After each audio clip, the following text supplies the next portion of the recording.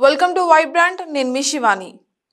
హైదరాబాద్ లోని హిమాయత్ నగర్ లో ఒక వస్త్ర దుకాణం ఓపెనింగ్ కి అక్కినేని నాగ చైతన్య గెస్ట్ గా వచ్చారు. ఇక ఈ కార్యక్రమానికి హాజరైన చైతన్యకి షోరూమ్ యాజమాన్యం భారీ స్వాగతం పలికిందని చెప్పాలి. ఇక కార్లో హిమాయత్ నగర్ చౌరస్తా నుంచి షోరూమ్ వరకు నాగ చైతన్యను డప్పు చప్పులతో ర్యాలీగా తీసుకొచ్చారు. ఇక దీంతో చైతన్యను చూసేందుకు అభిమానులు అందరూ కూడా పెద్ద సంఖ్యలో వచ్చారు.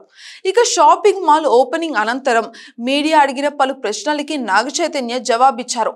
ఎన్ కన్వెన్షన్ ను హైడ్రా కూల్చివేయడం పైన మీ రియాక్షన్ ఏంటి అని కూడా మీడియా అడగగా చైతన్య ఆచితూచి ఆన్సర్ ఇచ్చారనే చెప్పాలి.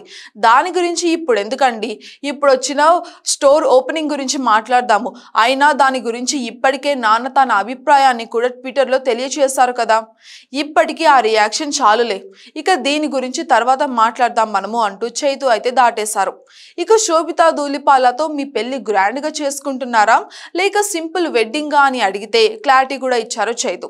నాకు పెళ్ళంటే నా మనసుకి దగ్గరైన వాళ్ళందరూ కూడా ఖచ్చితంగా ఉండాల్సిందే. అది భారీగా చేసుకోవాలని ఏం కాదు, కానీ మన సంస్కృతి సాంప్రదాయ ప్రకారమే పెళ్లి చేసుకోవడమే నాకు చాలా ఇష్టం. అలానే చేసుకుంటాను కూడా.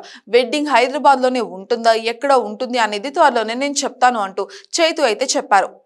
ఇక ఇటీవల శోభితా ధూళిపాలతో చైతన్య నిశ్చితార్థం జరిగిన విషయం మనకు తెలిసిందే.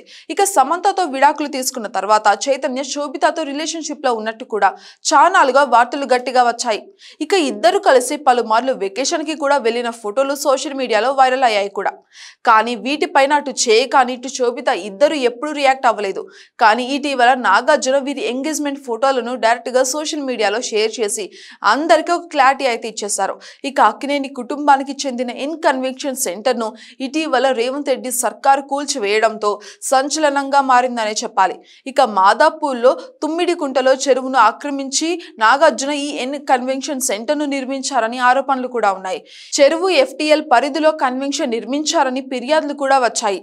ఇక దీంతో 2024 ఆగస్టు 24న ఇక కన్వెన్షన్ సెంటర్ ను కొన్ని నిర్మాణాలకు కూల్చివేసింది హైడ్రా. అయితే దీనిపైన వెంటనే హైకోర్టుకి వెళ్లి నాగార్జున స్టే కూడా తెచ్చుకున్నారు. For more updates, subscribe to Vibrant.